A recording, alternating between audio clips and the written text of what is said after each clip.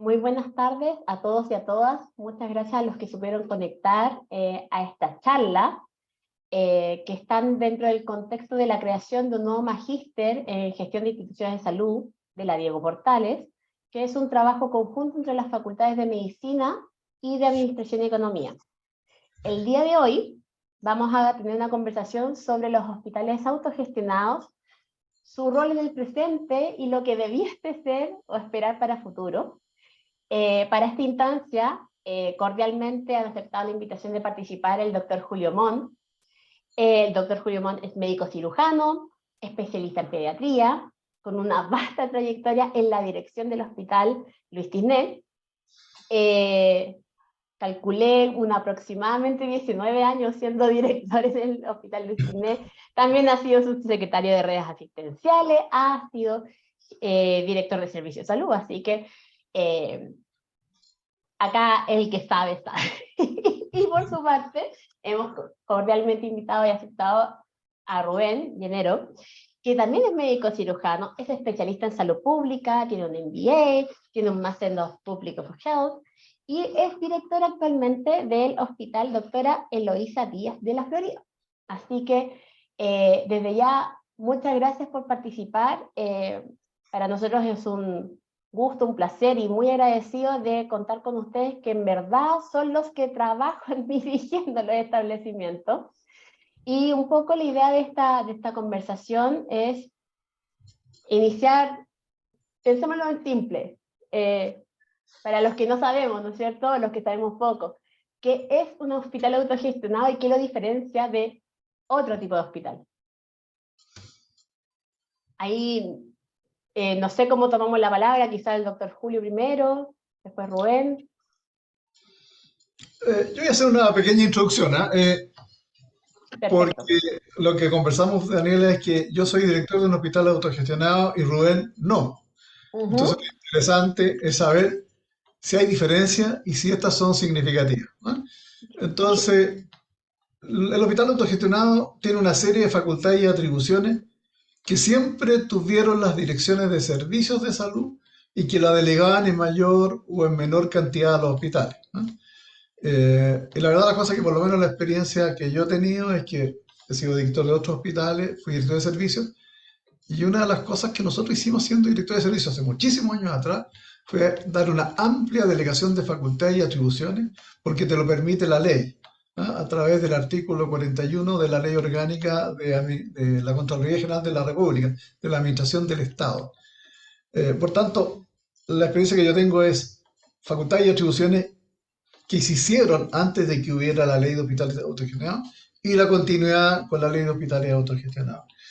Y la verdad la cosa es que en teoría, en teoría, un hospital autogestionado es un organismo funcionalmente desconcentrado de la dirección de servicio y que tiene una amplísima delegación de facultades y atribuciones.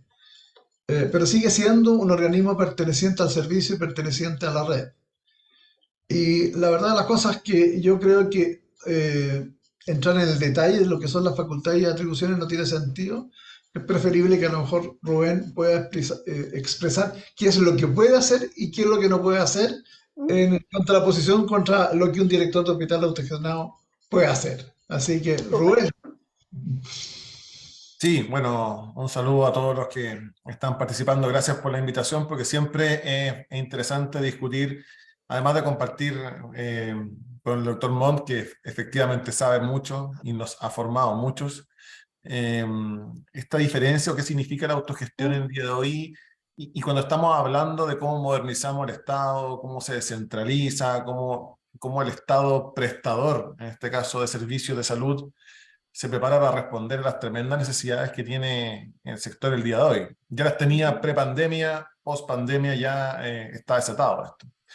Y efectivamente, la autogestión tenía mucho sentido en algún momento, por ahí por la reforma, y avanzó en descentralizar. Ahí todos los hospitales que estaban en ese momento pasaron por decreto, por la ley, pasaron al régimen de autogestión con estas competencias. Y venimos el resto, los hospitales nuevos, que son, en el caso del hospital que me toca a mí dirigir, un hospital que tiene 8 años, y por lo tanto no estuvo en este traspaso de la ley. Y la verdad es que por méritos de la institución y del trabajo que hemos hecho, ahora cumplimos todos los requerimientos que la ley pone y estamos en trámite, falta la firma de la DIPRES, del Ministerio de Hacienda, para que tengamos la categoría de autogestionado este mes. El mes de noviembre ya debiera salir. Y ahí viene al caso la pregunta de qué va a pasar con nosotros, cómo nos cambia la vida. Y la verdad es que, dado lo que está diciendo el doctor Montt, que efectivamente se trata de un juego de facultades que son derivadas de los servicios hacia los hospitales, considerando que este hospital tiene amplias facultades delegadas por el Servicio de Salud Metro Suroriente, que es el caso nuestro, la verdad es que el cambio autogestionado es un reconocimiento, es una medalla que se ponen todos los funcionarios, nos vamos a poner todos los funcionarios de acá, es un reconocimiento, pero en términos prácticos no nos cambia la vida. En términos prácticos, lo que el día de hoy no podemos hacer como hospital candidato, no autogestionado, es básicamente licitaciones muy grandes, estamos hablando de más de 5.000 UTM, son visadas por el servicio. Las hacemos nosotros, pero son visadas por el servicio. Hay aspectos de asignaciones médicas con ciertas glosas presupuestarias que son controladas del servicio. Hay temas de firma en ciertos temas de recursos humanos, pero muy que van a Contraloría, que también pasan por el director de servicio. Pero como tenemos amplias facultades delegadas desde el servicio de salud, la verdad es que en términos prácticos no nos va a cambiar la vida, y eso abre a la discusión si es efectivamente la autogestión como está el día de hoy lo que necesitamos para transformar el sector y hacernos cargo de la demanda que viene, o estamos como estamos. Yo creo, y creo que el doctor Montt comparte conmigo el hecho de que tenemos que hablar ya no de la autogestión, sino la autogestión 2.0, verdadera autogestión, descentralización, o como me gusta a mí, la necesidad de una empresa pública, la más grande del país, de servicios, de Dirección Nacional de Servicios de Salud, etc. Así que eso, en el fondo no tenemos, dependiendo de la delegación de funciones, no va a estar la diferencia entre un autogestionado y no. Todos los autogestionarios pasaron por decreto, por la ley. Los nuevos estamos entrando ahora, dado que cumplimos los requisitos, pero no nos cambia la vida a este hospital, quizás a otro sí, dependiendo de la relación que tengan con los servicios de salud. Claro, y del nivel de funciones delegadas que tengan. Sí. Y en ese sentido, dado en su condición, dado lo que me plantea el hospital, por ejemplo, de Luis Tiné, que es autogestionado, y el de la Florida prontamente hacerlo, pero tiene muchas facultades, ¿cuáles son las barreras que tienen para gestionar sus recursos? Y no estoy hablando solamente de lo monetario, sino que lo físico, lo humano, las tecnologías, cómo en el fondo, porque se da a entender que tienen muchas facultades. Uno desde afuera sabe que en la práctica tienen muchas camisas de fuerza, entonces, pero mejor preguntarle a ustedes, ¿no es cierto?, las barreras que se enfrentan en verdad para poder generar esta gestión. Voy a partir yo. ¿Ya? Mira, hoy día yo diría que hay dos cosas que quería mencionar. El tema del hospital autogestionado tiene un apellido materno, que es en red. Por tanto, uno de los temas que hay que resolver es cuáles son las funciones que tiene el corporativo de la Dirección de un Servicio de Salud en relación con la gestión de su red y en relación con los hospitales. Ahí siempre pueden haber encuentros y desencuentros, y que tienen que ver básicamente con repartir ciertos recursos que ya no son propios del hospital. Por ejemplo, lo que tienen que ver con la reposición de equipamiento, la compra de equipamiento, algunos proyectos de desarrollo local, la definición de cartera de servicios. Pero habiendo una buena relación, eso se resuelve. Sin embargo, el segundo aspecto que uno podría definir que es una gran barrera es que hoy día el corazón del trabajo de un hospital tiene que ver con la gestión de sus recursos humanos. En promedio, los hospitales gastan el 60, 65, algunos hasta el 70% de su presupuesto en materia de recursos humanos, Y en materia de recursos humanos, si bien uno tiene muchas facultades, estas son facultades propias de la administración, pero no necesariamente con definición estratégica para el tema de los recursos humanos. Hay que partir de la base que la planta de titular y la planta de contrato no es del hospital, es del servicio. ¿Ah? Que la definición de dotación la hace el servicio. Y cuando se trata de tener una buena política de gestión de recursos humanos, es muy difícil hacer una política en la cual uno pueda reconocer la buena gestión, porque en ese proceso de capacitación están muy restringidos los recursos, muchas veces muy centralizados en las 7 o 9 líneas estratégicas, pero básicamente el gran problema es que tú no puedes hacer una buena gestión de calificaciones, porque compites con todo el mundo de un servicio de salud. Entonces es muy difícil poder avanzar en el hospital autogestionado 2.0 que plantea Rubén, si es que uno no tiene más atribuciones respecto del tema de la gestión de los recursos humanos. Y probablemente ahí lo que hay que hacer es que toda la planta de personal, toda la planta titular y contrata, tiene que ser traspasada a los hospitales, de tal manera que los hospitales seamos de alguna manera responsables del universo de nuestros recursos humanos y que nos permita tener política de desarrollo, política de reconocimiento, desarrollo de carrera y que realmente sean relacionadas con la realidad del hospital.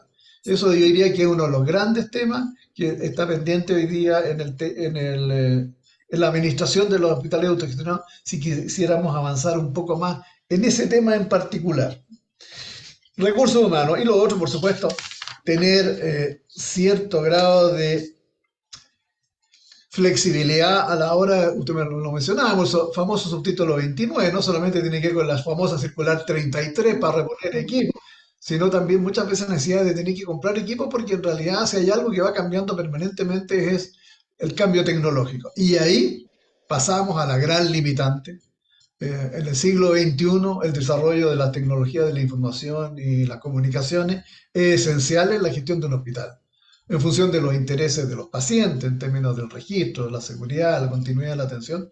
Y resulta que hoy día ni siquiera podemos comprar un computador sin autorización del servicio y de la DIPES.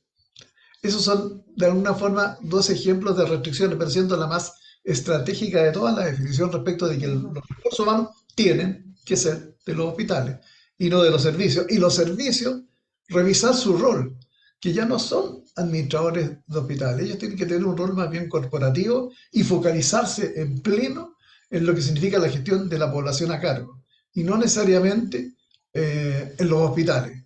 Y ahí hay un pecado de origen en la definición de los servicios de salud, que son 29 servicios de salud más 3 establecimientos perimetrales, creo que van quedando 12.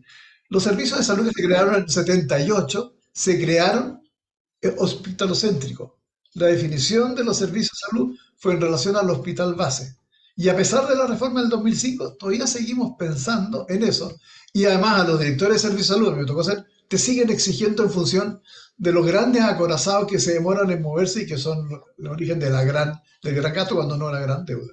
Ese es un tema. Yo creo que hay una redefinición necesaria de los servicios, de los números de los servicios y del rol.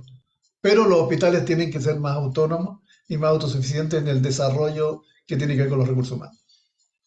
Y ahí, Rubén, ¿tú cómo compartes esta visión o lo complementas con algo más? Se la comparto absolutamente.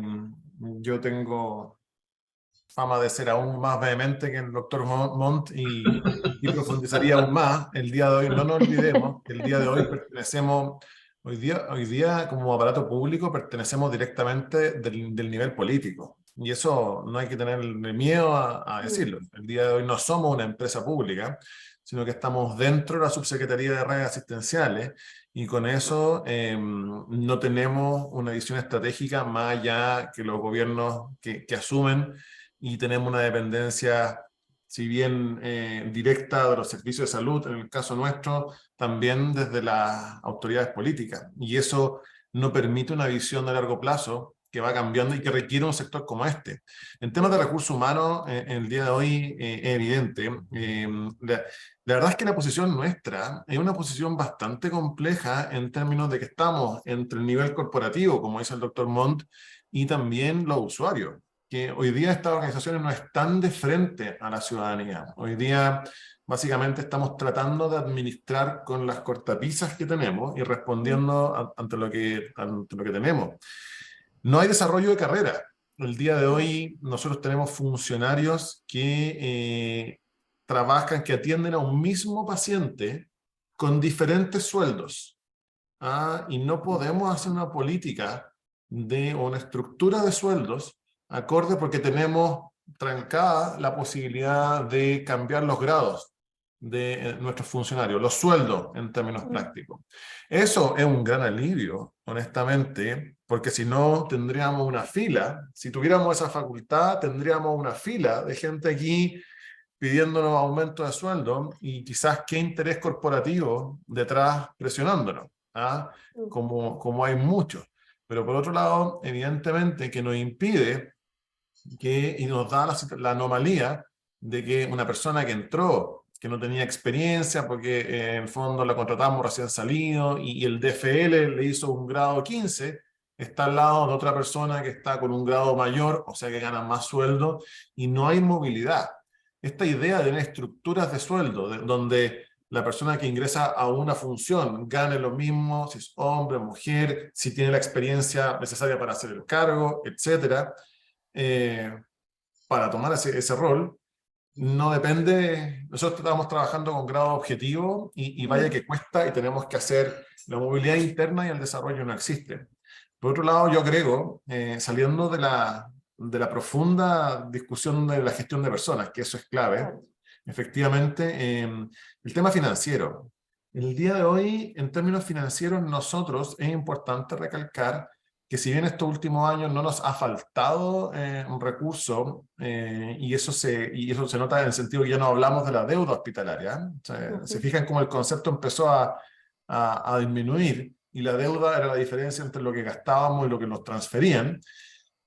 No tenemos planificación financiera. ¿Por qué? Porque el día de hoy los hospitales que son más ordenados, como el Tisné, como ahora en la Florida, y decimos a principio de año, vamos a gastar, en el caso nuestro, 126.000 millones de pesos. Eso es lo que proyectamos en gasto. Con esta producción, la ley nos cae, y en el caso nuestro, cae con 91.000 millones. Que, de hecho, la ley del próximo año, la que está en presupuesto del 2023, decrece en términos reales. Es mayor de forma nominal, pero en términos reales con la inflación tenemos menos presupuesto. Y no es 126, sino que será 95. Y nosotros decimos, entonces partimos ya con una incertidumbre que va dependiendo de los decretos. Nosotros hablamos de presupuestos de inicio y presupuestos de cierre. A DIPRES no le gusta eso, porque dice, hay un solo presupuesto y el resto son decretos de expansión. Pero hoy día, como administradores, no sabemos en cuánto vamos a terminar, y el día de hoy, y esto es un cuento de siempre, no sabemos, esperamos, tenemos una razonable idea de que sí va a ocurrir, pero los problemas de marco presupuestario siempre están ahí y no permiten planificar. Nuestros subdirectores administrativos no son financieros, a pesar de que tengan los conocimientos, la función que tienen no es financiera, y son más bien gente que está moviendo la casa. Por otro lado, también lo que decía el doctor Mond, la transformación digital y la tecnología. El día de hoy no podemos comprar un computador. O sea, ese es el nivel de amarre que tenemos en términos de la gestión. Y equipamiento, tenemos que hacer ingeniería administrativa para arrendar figuras, para arrendar equipamiento y de esa forma pasar y poder sobrellevar las mismas políticas que el nivel central nos exige. Así que este tema evidentemente que requiere un 2.0, un 3.0, de lo contrario no es capaz de responder a lo que se viene. O sea, porque tiene múltiples barreras también por la estructura. O sea, el hospital está inserto dentro de una regulación. O sea, el sector salud tiene toda una reglamentación respecto a su recurso humano. Es sumamente compleja. Ustedes tocaron un tema central, que son la calificación de desempeño, cómo nosotros crecemos. Y esa falencia, y meto la cuchara, ¿no es cierto?, se ve en todos los sectores, no solamente en el sector salud, en todo el estamento del Estado, el tema de la calificación por desempeño, el cómo tú creces profesionalmente, el tema de las capacitaciones. ahí a un juicio personal, ¿no es cierto?, no estamos al día. También es como más allá del sector salud. Y ustedes tocaron un tema, o sea, tengo dos cosas, porque en el fondo el Hospital Padre Hurtado, el que volvió a ser parte del servicio de salud. Ahora, lamentablemente se ocurrió que queríamos invitar al Padre Hurtado, pero me entró la duda de por qué quiso volver a ser parte del servicio, o sea, dejar de ser experimental. No sé si usted, porque ahí sería como, no quiere las ventajas o nunca las tuvo, o quizás tuvo otro problema y quiere ser parte nuevamente del servicio. No sé si ustedes sabrán esa respuesta. Rubén, tú eres vecino. Sí, lo que pasó con el Padre Hurtado, bueno, yo siempre me pregunté si como experimento se iba a medir realmente o dónde iba a estar la evaluación de que si funcionó o no funcionó. Después todo apuntó a que hace varios años se viene intentando el traspaso y ya se logró, ya a partir de, ya es parte de la red. Ya es. Yo creo, Daniela, que acá tenemos que sincerarnos como sector y nuevamente responder a la pregunta si estos grandes establecimientos están de cara a la ciudadanía o responden a otros intereses, como es el interés político de turno, como es el interés de grupos particulares, no solamente gremios, sino que hay tanta agenda en esto. Acá al menos lo que yo veo es que somos un sector tremendamente importante. O sea, insisto, si fuera empresa pública, sería la principal empresa pública del país. Pasa lo mismo con el NHS inglés, que tiene una organización como esta, muy poderoso. Entonces, en particular con el Padre Hurtado, tiendo a creer que primaron ahí los intereses de seguridad y de precario, creo yo, desarrollo de carrera, este movimiento de las plantas y esta forma de asegurar. Aquí, al menos en mi hospital, que tenemos una población funcionaria de gente bastante joven, yo veo la batalla entre las dos almas, digamos así. El alma que quiere tener su titularidad y de esa forma estar anclado ahí y tener cada cierto tiempo ciertos movimientos de aumentos de sueldo basados en la antigüedad, y otro grupo de gente más joven que quiere desarrollarse y que el día de hoy me dice: director, me siento atrapado en esto porque no puedo, estoy capturado. Y la verdad es que, y sí, está capturado porque el desarrollo de carrera termina siendo desapalancado del hospital y dependiendo de un asunto administrativo versus el fortalecer a la gente, el capacitarla, el desarrollarla, darle pegas desafiantes. Aquí la ingeniería que hay que hacer administrativa para surgir talentos en la organización y promover el desarrollo de nuevas competencias es todo un tema. Yo me imagino que por ahí va lo del Padre Hurtado, no Sí, tengo tanta posibilidad. lo voy a dejar pendiente como un asterisco de preguntas. Sí, yo complemento lo que dice Rubén respecto al Padre Hurtado. Uno tiene que reconocer, porque yo tengo al lado un establecimiento experimental, que es el CRS Cordillera Oriente, y la verdad las cosas es que cuando nacieron estos establecimientos experimentales, fundamentalmente tuvieron dos grandes líneas innovadoras. Primero, facultades y atribuciones que hoy día son exactamente las mismas que tienen los hospitales autogestionados, pero que en esa época no la tenían.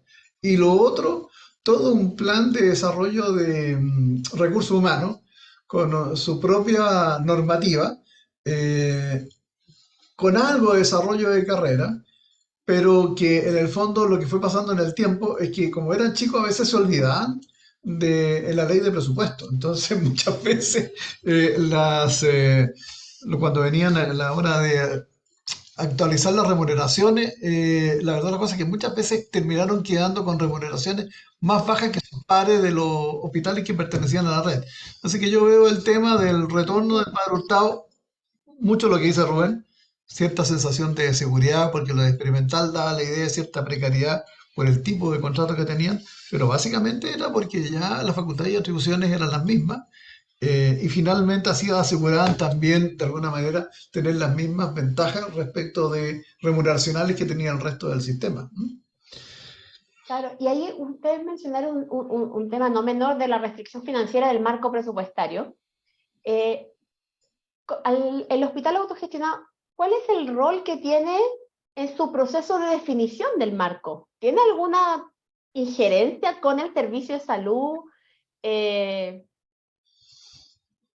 Se los pregunto honestamente. Yo cuando estaba llegando al sector público, Daniela, yo venía de trabajar, me di una vuelta larga en transnacionales de innovación, y cuando llegué al sector público, de la mano del doctor Montt ahí en el TICNE, la primera pregunta que le hice fue: doctor, ¿cuándo negociamos el presupuesto?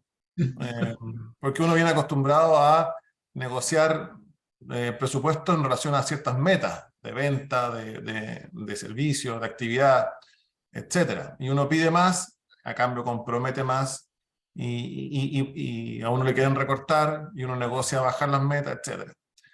Y le hice esa pregunta al doctor Montt y se rió brutalmente en mi cara. No hay tal cosa de negociación de presupuesto. Uno envía un anexo, una proyección, que al final del día cae, fue aprobada en la ley, y las metas son metas que el FONASA, hay una discusión también entre el rol de FONASA y la Subsecretaría de Redes. Nuevamente, ¿quién es el dueño de las plata? Y entre ellos también, a través de todos los gobiernos, siempre han tenido esta definición de quién es el que maneja el presupuesto de esto. Estamos hablando de, doctor, creo que estamos hablando de como 5 billones, 5 billones de pesos. Es el monto de los hospitales dentro del presupuesto de salud, lo que va a hospitales medianos y altos. Es un montón de plata. Entonces el control de ese presupuesto no es una cosa menor. Mira, finalmente, para complementar la pregunta que hiciste, Daniela, ¿qué es lo que hacemos nosotros en materia presupuestaria? Solo hacemos un muy buen plan de actividades y un buen plan de compra asociado a los ítems del subtítulo 22, tratando de negociar oportunamente los mejores precios. Y en el fondo, quien hace un buen plan de compra, y Rubén lo hace, nosotros lo hacemos, finalmente, salvo excepcionalidades como la pandemia, nosotros nos ajustamos absolutamente a la proyección del gasto. Y eso hoy día es relevante porque antiguamente los hospitales administraban la deuda porque primero privilegiaban el pago de la remuneración. Desde que entró la Tesorería General de la República a pagar todas tus facturas, exceptuando los servicios básicos, hoy día lo que uno tiene que asegurarse es la caja para poder pagar las remuneraciones. Y eso lo logras teniendo un muy buen plan de compra. Y finalmente los hospitales y los servicios de salud negocian con FONASA los decretos de cierre en función de lo que tienes que hacer para poder pagar tus remuneraciones. Entonces ahí uno se da cuenta de que hay dos niveles de gestión. Uno que es el buen plan de actividades, el buen plan de compra, pero por otro lado, dada esta realidad de cómo te llegan los recursos, hay que meterle mucha ingeniería y mucho esfuerzo a la gestión de los recursos humanos. Y ahí es donde yo creo que estamos al debe, porque no somos dueños absolutamente del tema. Y segundo, porque todavía hay ciertas barreras que tienen que ver con lo de la planta titular, lo de la planta de contrato y algunas glosas que no son realmente las que tú necesitas. No, la verdad la cosa es que negociación presupuestaria hay muy poca. Lo que hay son negociación de meta, pero son negociaciones de meta que tienen que ver muchas veces con el bono para el director del hospital, el bono AP, pero básicamente son los bonos para los funcionarios. Claro. ¿Ah? Y ahí, Sí. ay, perdón, era para complementar un poco cómo entonces ustedes vieron, o a favor o en contra, fueron afectados o no, cuando se cambió el pago por actividad por GRD. ¿Implicó algo? Porque en el fondo no hemos entrado en la conversación al gasto. Hay que pagar 21, o sea, yo tengo un lenguaje muy presupuestario, pero hay que pagar 21, 22, el 29, hay que cuadrar. ¿Qué pasa con los hospitales cuando viene este cambio que es, en teoría, ¿no es cierto? Te voy a ir transfiriendo por la actividad que tú realices. ¿Hay algún matching o en verdad o le está ayudando en algún sentido a su gestión, a su control, a la proyección de sus gastos y de los ingresos? Lo dejo ahí abierto a los dos. A mí me tocó, Daniela, ser parte del cambio, estar en las discusiones con FONASA y redes para la implementación del GRD, y yo creo que es un buen cambio. Es algo positivo Primero, estamos hablando de una política de mecanismo de pago que ya lleva más de 30 años en el mundo, ¿ah? Y nosotros estamos bien atrasados en esto. Es una evolución del pago por prestación valorada que tenía el sector. El sector pagaba por prestación institucional, por un sueldo fijo, una transferencia fija y además por un variable en base a la actividad. Hoy ese variable está sofisticado con el GRD, que además incorpora la casuística que tiene uno, el conjunto de condiciones de salud que atendemos y su complejidad. Por lo tanto, ofrece un ajuste mayor. ¿Qué pasa? Los precios base ciertamente causaron estragos y se armaron clúster y Hacienda, la discusión con Hacienda generó cierta segmentación entre hospitales en que algunos quedaron muy favorecidos, otros como el Tisné o el mío quedamos desfavorecidos con esos precios base. Sin embargo, ahora a partir del próximo año ya vamos a un precio base nacional y vamos a ir ajustando por la complejidad de cada uno más ciertos ajustes tecnológicos. Que tiene sentido lo que estamos haciendo, en mi opinión. El punto es que esto tiene una trampa, entre comillas. Hay un marco presupuestario definido.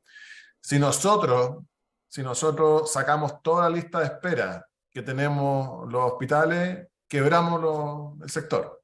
Porque no tiene un tope. Tenemos un marco presupuestario que actúa como cuenta corriente o línea de crédito. Entonces, en el fondo, y eso es lo que está definido por la ley y sus expansiones. Si yo quisiera planificar como hospital, resolver toda la lista de espera y trabajar además los fines de semana, los días de la noche y eficientar al máximo mi capacidad instalada, no tendría los recursos para hacerlo a pesar de que me pagan por producción, porque tenemos un marco presupuestario. Que si bien el gobierno, en este sentido, el día de hoy ha estado bastante abierto a transferir, dado que está en una épica, en una estrategia de resolución por recuperación de pandemia, claramente el sistema no es capaz de asumirlo financieramente. Entonces, es algo positivo, pero no es un pago por actividad 100% puro, dado que tenemos un marco. Yo complementaría que el GRD como mecanismo de pago, y lo dijo muy bien Rubén, es lo que se viene y es lo que hay que hacer, pero uno tiene que mencionar que el GRD solo tiene que ver con egreso hospitalario y cirugía mayor ambulatoria. Yo no tengo área ambulatoria, la tiene mi vecino, el CRS, y ahí finalmente eso se paga con transferencia histórica. Yo creo que ahí hay que avanzar en eso. Sin embargo, el GRD tiene dos cosas que hay que desarrollar.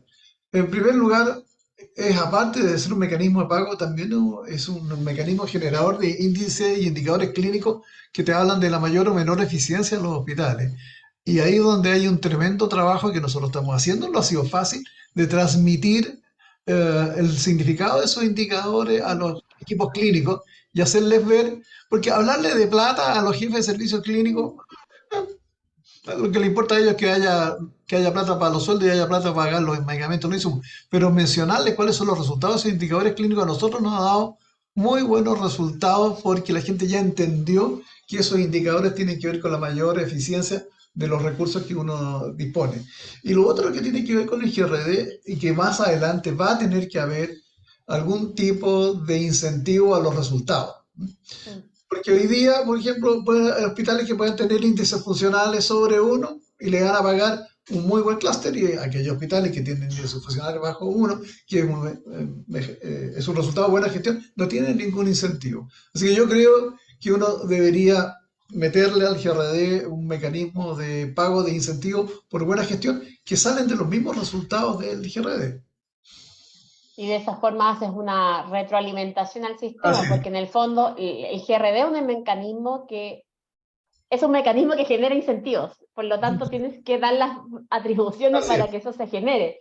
En ese sentido, ahí también les pregunto, y como que lo hablamos con el marco también, en este contexto de GRD, de precios base, ya sea único, corregido por complejidad, por tecnología, etcétera, ¿cuál es la injerencia que debiese quizás tener un hospital en debatir en nutrir esa conversación sobre un precio base.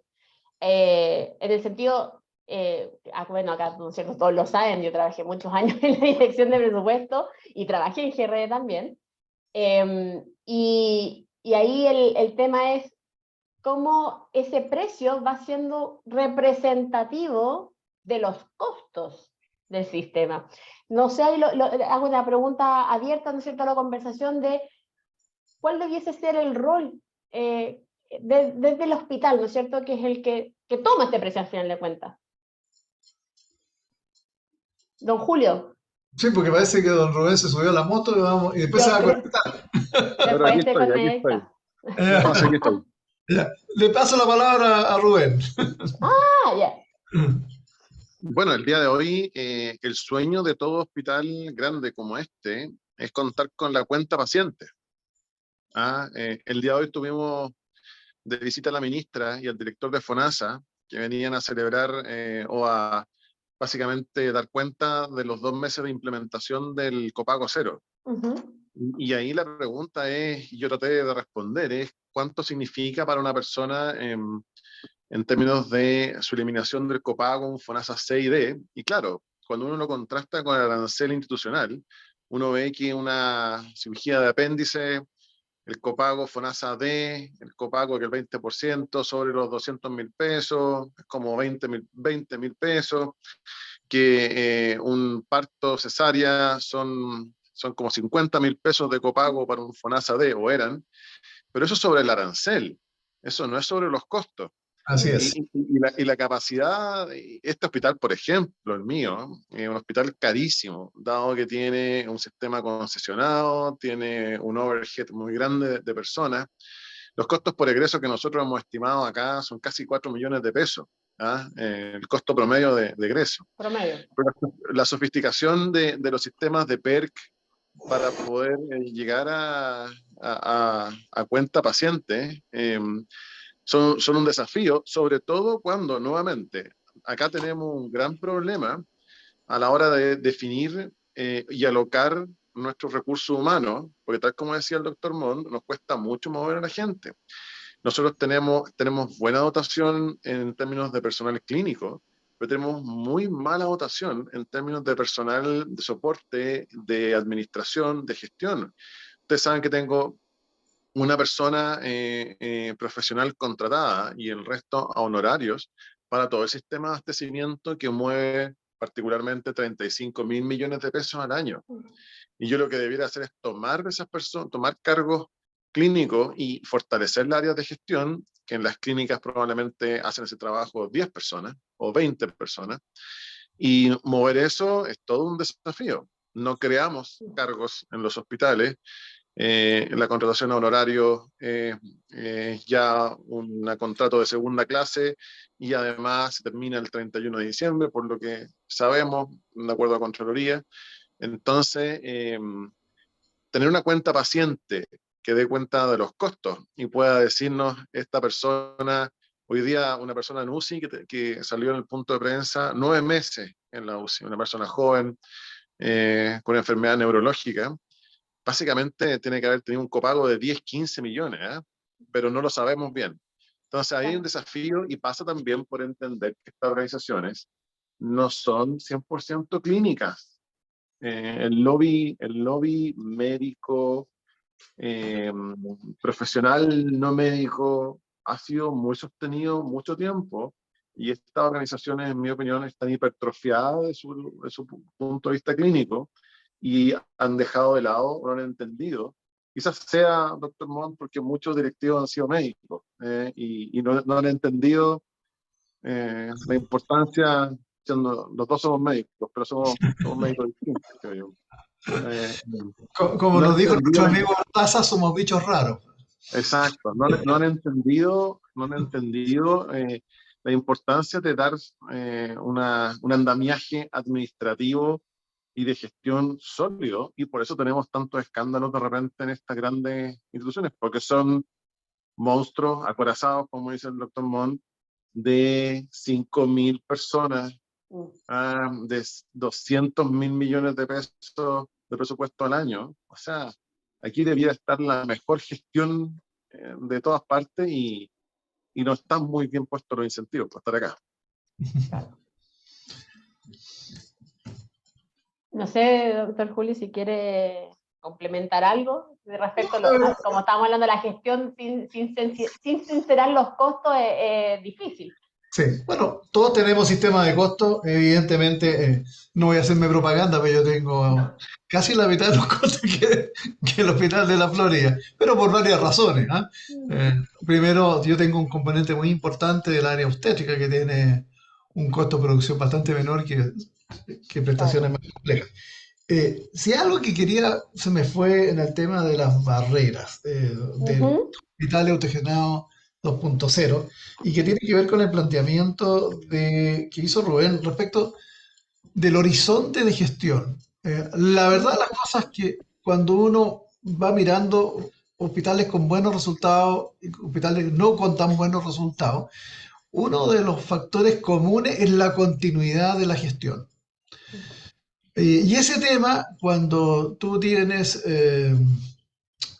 duraciones de alta dirección pública de 3 años renovables por otros 6, por otros 3 va a llegar a 6 años, incluso va a llegar a 9, la verdad las cosas es que cuando uno ve hospitales con buenos resultados, son hospitales que tienen una cultura de gestión que se ha ido construyendo en el tiempo, donde uno de los factores relevantes ha sido la continuidad de la gestión, no solo del director, sino de los equipos directivos, como tal, y de los subdirectores médicos, los subdirectores administrativos y los subdirectores de recursos humanos.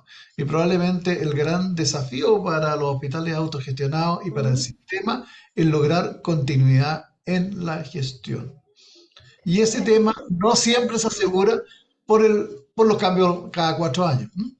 No, claro, está sujeto ahí a los cambios políticos también. Y ahí, entrando a una última pregunta, dado el tiempo, ¿no es cierto? En este contexto, voy a decir, de fortalecimiento de la red, yo ya no quiero hablar de reformas, de fortalecimiento de lo que necesitamos del sector público para cubrir las necesidades de la población. ¿Qué requieren, a su juicio, ¿no es cierto?, los hospitales de forma urgente solucionar de esto, para poder hacer lo que están convocados a hacer, que es atender a la población y que esté sano, a tiempo oportuno, de calidad. No sé si Rubén quiere disparar primero y yo disparo después. Siempre me deja a mí primero, para que incendie. Sí, no, porque yo soy arquero y paro los goles. Después va trabajando sobre las brasas que voy dejando. No. Yo creo, honestamente, que lo que necesitamos más que medidas, hay temas presupuestarios que hemos tenido disponibilidad de recursos este año, hay un énfasis en la resolución de lista. Yo, desde mi perspectiva, creo que lo que más nos falta el día de hoy, desde el punto de vista de redes asistenciales, es un proyecto. Entender cuál es el camino que vamos a recorrer en los siguientes años y qué estamos pensando, porque estamos muy metidos en la operación. Estamos muy metidos en aumentar la ocupación de pabellones, del rendimiento de los boxes, de bajar el gasto de honorarios. Estamos metidos muy de disminuir lista de espera, no hablamos de nada distinto. Y creo que ahí es donde como directivo nos preguntamos, bueno, ¿qué estamos pensando para los siguientes 4 años en salud? Y ojalá pensáramos en los siguientes 8, 12. Esta disponibilidad de horizonte que habla el doctor Montt, que es tan importante acá. Nosotros somos 2 ADP en este hospital y solo esa solidez que el resto del equipo también la tiene, que sabe que las decisiones que tome van a seguir y se van a mantener en un horizonte mediano, son las que debemos tener también hacia arriba. Por eso la necesidad de ser una empresa pública, una organización descentralizada del gobierno y ser más de Estado, un verdadero servicio civil. Yo creo que por ahí podría responder que es lo que necesitamos urgentemente, un plan. Un plan conectado con las necesidades, quizás con el plan estratégico, ¿no es cierto?, de acá al 2030, sanitario, un poco ir modelando de esa forma, podría ser. Como decía, no el día a día, no todo el rato la urgencia. Yo complementaría lo que dice Rubén y lo haría afirmando que lo que se hace necesario hoy día, nosotros trabajamos en el sector prestador público de salud, hoy día se hace necesario revisar lo que se hizo en la reforma del 2005 y avanzar en una reforma mucho más profunda respecto del sistema prestador público de salud. El sistema prestador público de salud tiene hoy día a su cargo el 75, el 80% de la población del país. Y la verdad las cosas es que se necesita tener una reforma en la cual los hospitales tengan más recursos, por ejemplo, el tema de la administración de los recursos humanos, que los servicios de salud se realice un insight y se revise cuál es el rol corporativo que tienen que tener, porque el rol de los servicios de salud hoy día es no solamente gestionar y controlar una red de establecimientos, tiene una población a cargo donde realmente tiene que dedicarse a fondo en el tema de la prevención, del fomento, de la calidad de salud de la población, porque hoy día estamos muy focalizados en el tema de la atención sanitaria, de la recuperación, de las atenciones de urgencia, pero la verdad la cosa es que falta toda una mirada respecto de cuánto podemos hacer en fomento y en protección, y eso hoy día que lo realiza básicamente la atención primaria de salud, que si bien responde a las políticas del sector, requiere que el servicio de salud como ente corporativo se haga responsable de ver y aterrizar las políticas realmente de prevención a nivel de la atención primaria de salud, entendiendo que los determinantes de salud son no solamente salud, sino que también social y económico. Pero yo creo que, en resumen, lo que se necesita es una reforma profunda al sistema prestador público de salud, que va a seguir siendo público y que recae la gran responsabilidad de resolver las atenciones sanitarias de la mayor parte de la población del país, pero donde todavía nos falta pasar a la acción respecto de lo que es el foco en la atención primaria de salud, que tiene que ver con el fomento y la prevención de la salud. Yo creo que eso es un poco lo que plantearía como resumen de la presentación. ¿Qué es lo que se necesita? Una reforma del sector prestado. Y acá hay una... A eso me refiero, Daniela, con el tema del plan, porque claro, efectivamente el horizonte es que no podemos seguir haciendo lo que estamos haciendo hoy. No vamos a ser capaces, ya no estamos siendo capaces y hoy tenemos que hacer algo distinto. Y acá hay una pregunta del público. ¿Qué opinan de tener una sola ley de sueldos y terminar con la ley médica? ¿Lo ven viable? ¿Lo ven...? ¿Cómo opinarían al respecto? No, yo creo que uno no tiene que refundar ese tema. Yo creo que hoy día lo que hay que hacer es revisar la ley médica, reconocer que hay buenos incentivos, pero si a mí me dijeran qué haría yo iría a tener un componente variable independiente de la ley, ¿eh? Que en el fondo fomente la producción. Yo le voy a dar un ejemplo. Premio por desempeño, en el fondo. Desempeño y para acción. Mire, los días sábados, y Rubén debe tener la misma realidad, nosotros tenemos un proyecto de reducción de lista de espera y en 6 horas se operan 6 cirugías de hernia. De lunes a viernes, en 8 horas se operan 4. Claro, y la diferencia es que las 6 cirugías del sábado se paga por prestación, porque es un contrato a un horario ligado a producción, y de lunes a viernes se paga un sueldo fijo que no tiene ningún incentivo ni ningún componente variable. Yo no haría un cambio radical a las leyes médicas, pero sí colocaría el foco en un tema que tiene que ver con un incentivo variable. Y en la 18834, que es la que tiene que ver con todo el resto del sector claro, público de salud, también ir buscando aquellos componentes que sean variables y que tengan que ver con desempeños más bien locales de servicios y de hospitales. Hoy día, todos los bonos que se dan hoy día son bonos macros, ¿eh? Tanto de nivel hospital como de nivel de servicio. Yo no sería radical pero en el tema, sino que buscaría la variabilidad en el pago para los funcionarios públicos, reconociendo la acción de aquellos que lo hacen bien. Porque hoy día las calificaciones no aportan nada. Finalmente, la escala de calificaciones tiene que ver con los milisegundos de atraso, fundamentalmente, no tiene que ver con desempeño. Claro, no hay una evaluación por desempeño, por competencia, propiamente tal.